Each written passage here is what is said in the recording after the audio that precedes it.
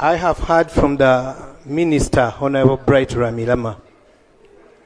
But I'm wondering, Honorable Minister, why you people preach patriotism, yet you are not patriotic. You pretend like serving good food, yet you know very well that you have poison in that food. Yes.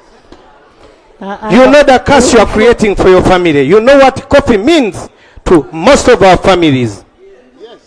Why are you serving one person instead of the whole country? Yes. You mean you don't know? You mean you don't know what you are doing? We know that you are serving poison, pretending that you are giving us good food. I strongly deviate from what you are trying to bring to this house. Lutaya, I beg to submit. Lutaya. Thank you. If the Minister of Agriculture is doing well, let him stand here and tell us one crop which they have done so well, to give us a basis of confidence that they are up to anything. They don't have it. They've killed the tea on their watch.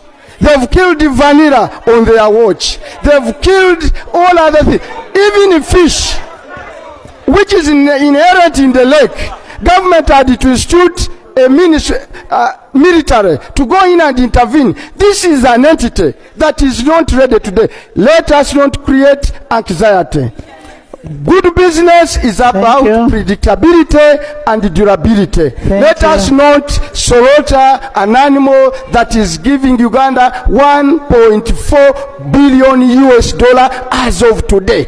UCDA.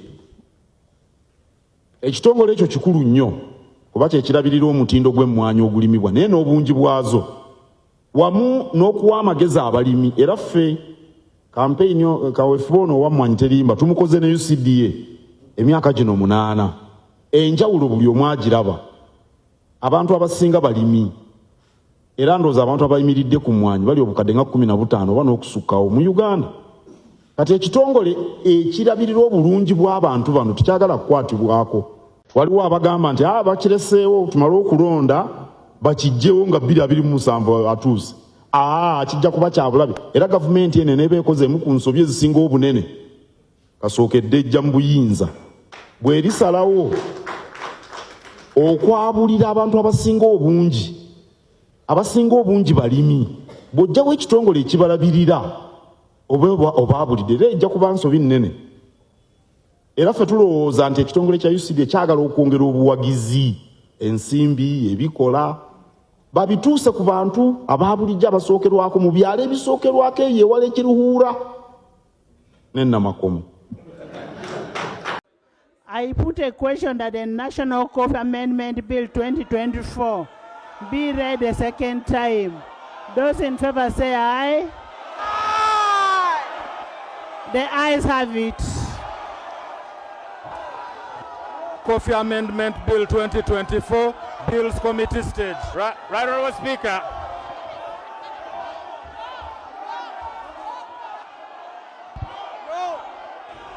Bills Committee stage.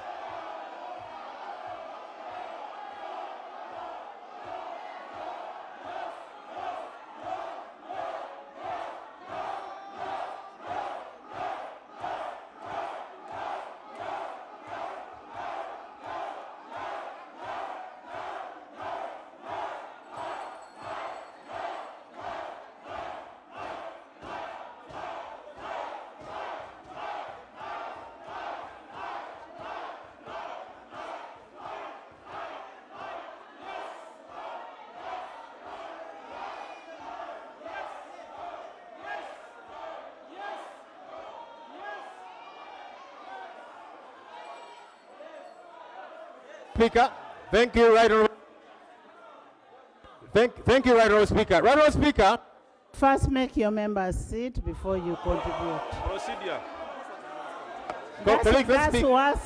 That's what the rules say. No, we are protesting. Right Honourable Speaker, allow me.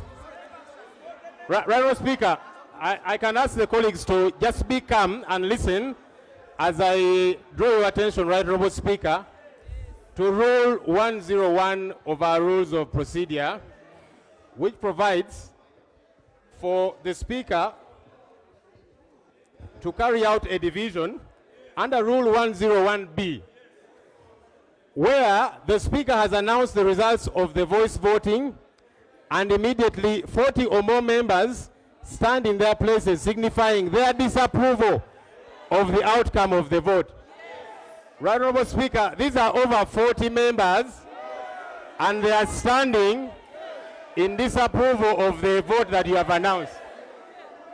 So I would like to draw your attention, Right Honorable Speaker, to this our rule within our rules of procedure, that we actually now conduct the voting another way, by roll call, by division, so that it is clear.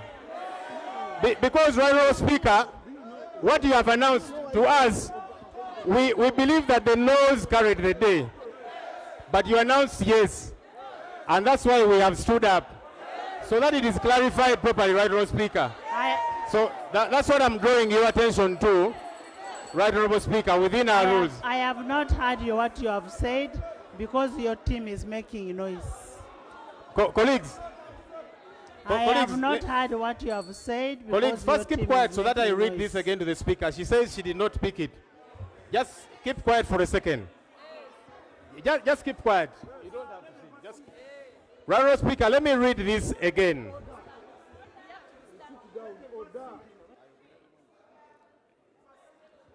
I'm waiting for the Minister who is distracting our Speaker. We have the numbers. Because we have quorum. We have the numbers. Right, Honorable Speaker, let me now read it so that it is very clear. Procedure.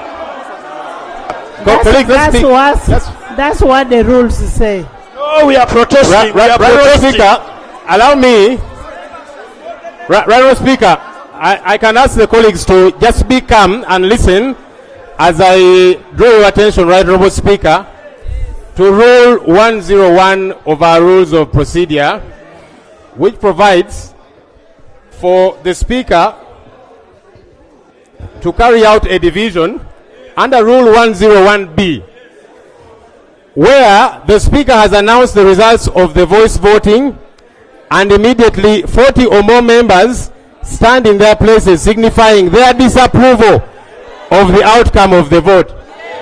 Right Honorable Speaker, these are over 40 members and they are standing in disapproval of the vote that you have announced. So I would like to draw your attention, Right Honorable Speaker, to this our rule within our rules of procedure, that we actually now conduct the voting another way, by roll call, by division, so that it is clear. Because, Right Honorable Speaker, what you have announced to us, we believe that the noes carried the day. But you announced yes. And that's why we have stood up, so that it is clarified properly, Right Honorable Speaker. So that's what I'm drawing your attention to, Right Honorable Speaker, within our rules. I have not heard what you have said because your team is making noise. Colleagues. The ayes have it. The debate is open. The debate in Sereko. Madam Speaker, we are challenging your decision and we are more than 50. It's okay. Right, we are challenging your decision. Right, just It's a second. okay. Madam. It's okay. Honorable Sereko. Right, Honorable Speaker, I just want to bring it to your attention. Over 40 of us have stood to challenge your decision, and it's provided for in the rules that the Speaker's decision is actually challengeable, and there is a modus operandi. It starts by at least 40 members standing up, and from what I see, we are over 40. I would like to suggest that... Order, Madam Speaker. Order. Right Honorable Speaker. Right Honorable Speaker, I'm still concluding this matter. Right Honorable Speaker, I would like to suggest that you give audience to these over 40 members that have stood. Which 40 members? Right Honorable Speaker, you had wanted to know the 40 members. I can mention honorable members. One by one by name. Honorable members, listen.